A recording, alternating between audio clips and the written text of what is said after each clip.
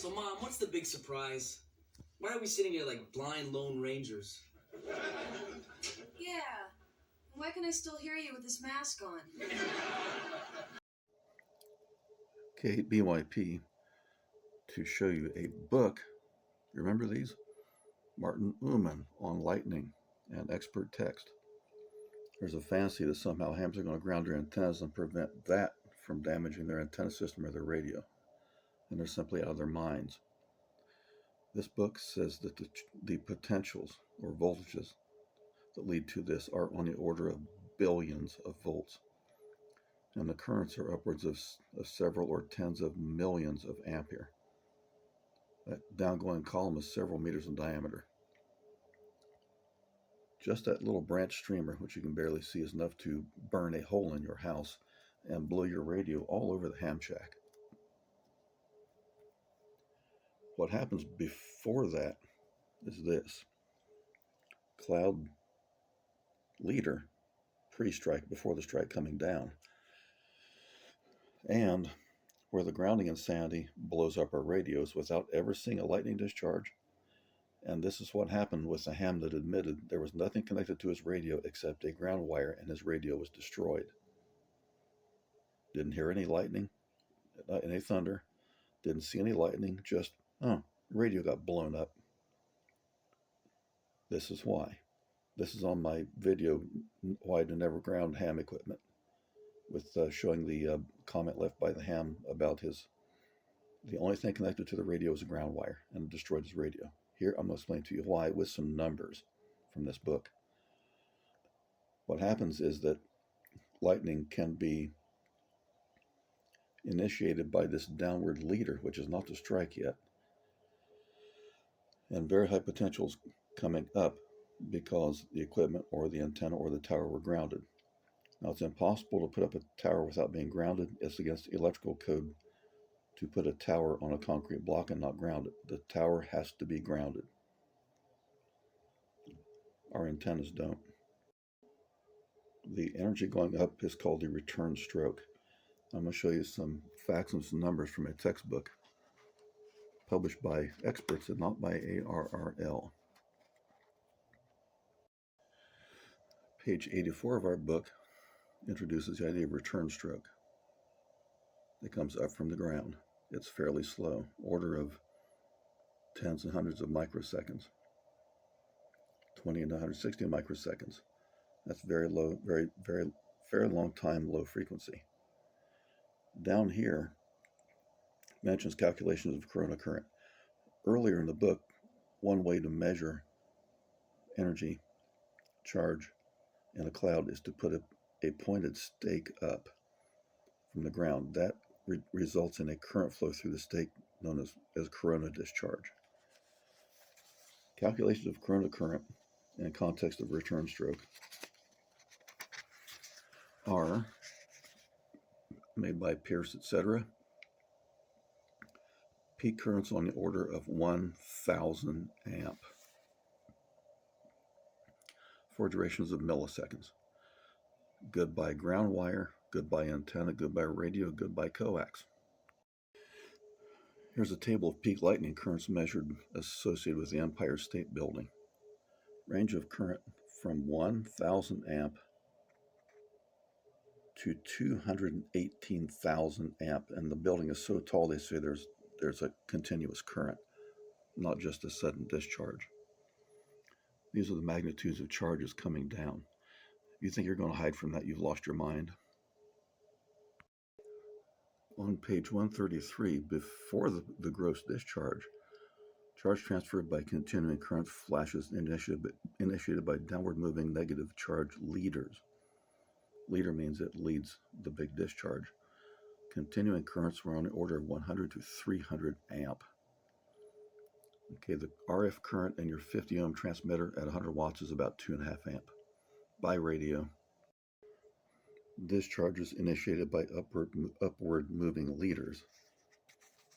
Hagen, Guth, and Anderson, 1952, tell us average maximum current flow is 250 amp. Maximum amplitude 1450 amp. That just vaporized your ground wire. According to McEachran 39, upward initiated discharges without successive current peaks may produce no thunder. And that's what happened in the case of the Ham's radio that was destroyed. No sign of lightning discharge, just suddenly nothing connected to it but the ground wire. The radio's junk. Page 224, return stroke theory. When a negative charge lightning leader approaches the ground from the cloud, high electric fields produced between the leader head and ground. It's possible for an upward moving discharge to be initiated from the ground, which is anywhere, or from a sharp object, ham antennas and towers and trees. An upward moving discharge would meet the negative leader at some point above ground, and at this point the return stroke, which is the lightning discharge, would be initiated.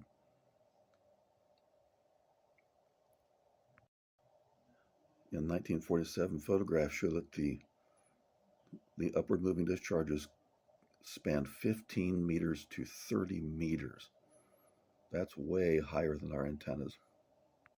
And here's evidence of a upward going discharge from the ground 50 meters above flat Earth. Now down here, a smaller field is probably necessary to launch an upward moving discharge from a non-flat conductor such as lightning rod, which is your vertical, because you grounded it, a TV antenna on a metal mast stuck in the ground, or transmission line tower, that's electrical transmission, from a flat conductor. That's a given. Sharp points have tremendously higher field potentials. Whether the lightning leader strikes ground coming down, or whether it's met by a discharge carrying ground potential upwards, which is a return stroke.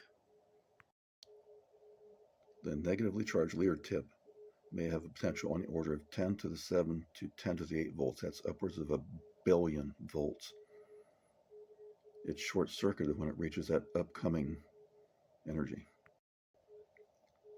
Ground potential is then propagated up a channel that's up your ground rod you illegally put in, up the ground wire you illegally put in, and up the antenna you illegally grounded.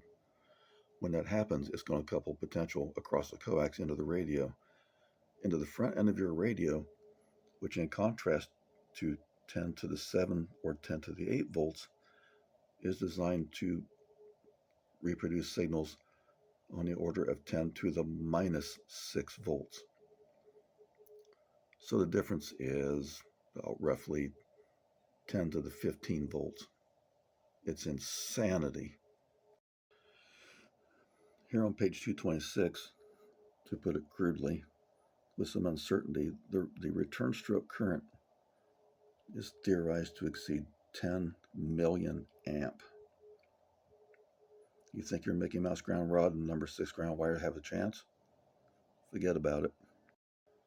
Bottom of 227, return stroke wavefront traverses several meters of leader channel. That's when they connect in 0.1 microsecond. What's interesting about that is that that's going to be on the order of time, which is the inverse of our HF frequencies. In other words, that might likely induce oscillations or energy in our antenna systems because it's becoming very fast. That's 100 nanoseconds. Page 228, in a time short compared to the time in which the heavy gas atoms, blah, blah, the return stroke supplies considerable energy to the leader core. That's being supplied through your ground rod and your antenna system. Core temperature rises 3,000 to 30,000 Kelvin. Society of Automotive Engineers, ignition spark and a spark plug 60,000 Kelvin. For a channel radius of 1 centimeter, a current of 8 times 10 to the 4th amp must flow. 10 to the 4th is 10,000, 80,000 amp. Now this is pulse, but kiss your radio goodbye way before that. Those are the magnitude of currents that hams foolishly think that they're going to do anything about. Megavolts, billions of volts, thousands of amps, and some Mickey Mouse little ground rod is going to protect anything. Somebody has lost their mind.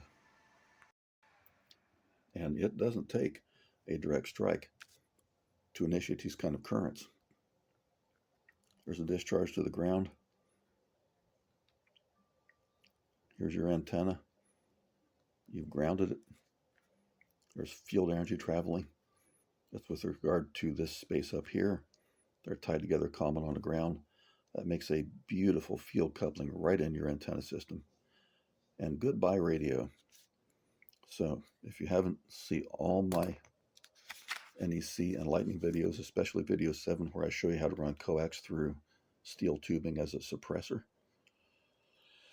the only two ways I know to suppress it are that and tie a knot in a power cord. I've seen lightning discharge literally blow a knot in an AC cord apart. Gramps taught me that one years ago. But if you haven't seen it, make sure to see my video on my never to ground hand equipment, where the ham has left a comment on another video about his radio being in his ham shack, connected to nothing else but the ground wire and being destroyed by a discharge. So ignore the hobbyists that know nothing. Experts, get it? You don't see ARRL on here, expert source. Believe it, don't ground it. If you think it's safe, unscrew that coax and stick it up your behind and wait for a storm to come along. Send us a video when it happens. KBYP.